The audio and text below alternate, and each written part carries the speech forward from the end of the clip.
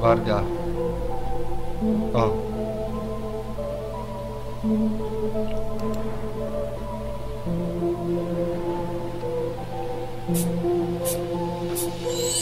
A început de mic să umble printre golani, făcea orice băiatul numai să producă bani.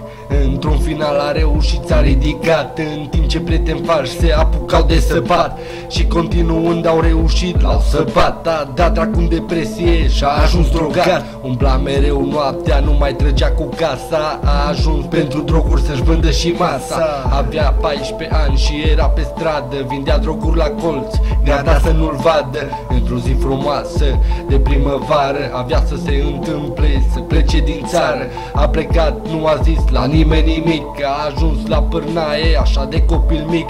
Familia lui nu știa nimic de el, credeau că e la lucru, dar era în infern. După 2 ani a ieșit, a sunat acasă, ai lui erau plecați, taxul era varză. El disperat de acolo a plecat cu puțin bani, așa că era sărac. A ajuns acasă, toți au bucurat, pe prietenii lui falși i-a abandonat. S-a pus la locul lui, are familia sa, nu mai este vagabond, a lăsat dracu strada.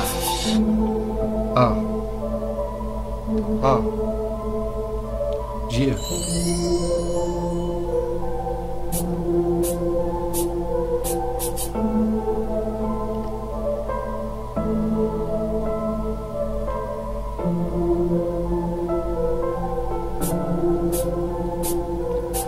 Asta nu e o poveste, este viața mea. Asta am făcut și îmi pare rău de ea. Doar eu știu acum prin ce am trecut, câte lacrimi am vărsat și cât m-a durut.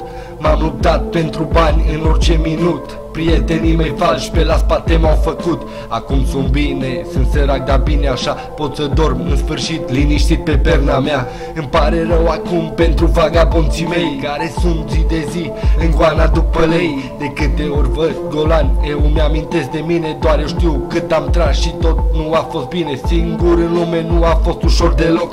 Experiența pentru mine a fost un antidot, dar acum ce contează decât familia? Mesajul meu pentru voi este să lăsați strada.